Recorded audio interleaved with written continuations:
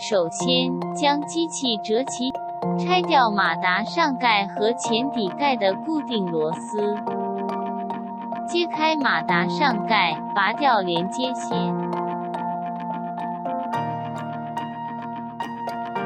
拆除前底盖固定螺丝，注意机头位置、螺丝位置。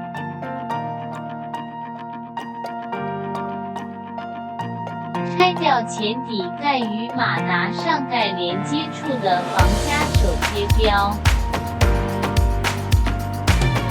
将机器头部立起，取下前底盖。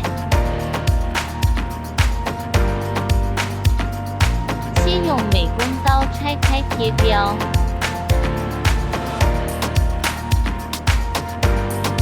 再用十字螺丝刀拆掉2颗固定螺丝，用1字螺丝刀撬开一个缺口，再用手将后上饰盖朝机头方向掰开。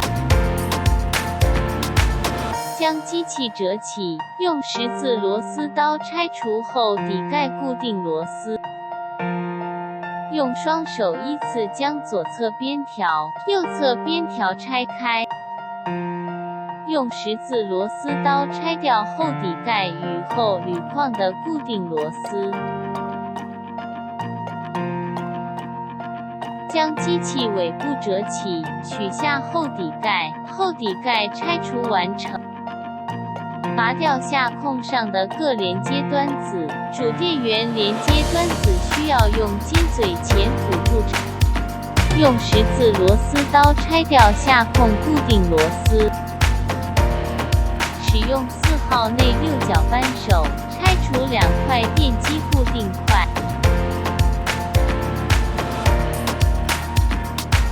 借助螺丝刀撬起电机接线端子一侧，然后抽出电机。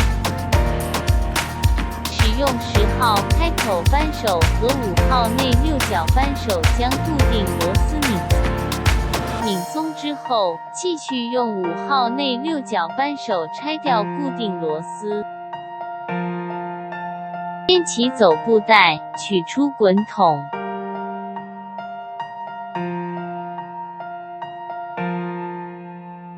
使用5号内6角扳手拆掉左右2侧固定螺丝，取出前铝框。使用6号内6角扳手拆掉滚筒固定螺丝。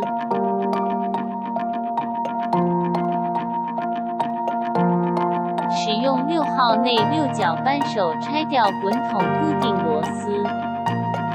到螺丝后，取出滚筒。拆掉跟随板，将走布板对折后，取出走布带。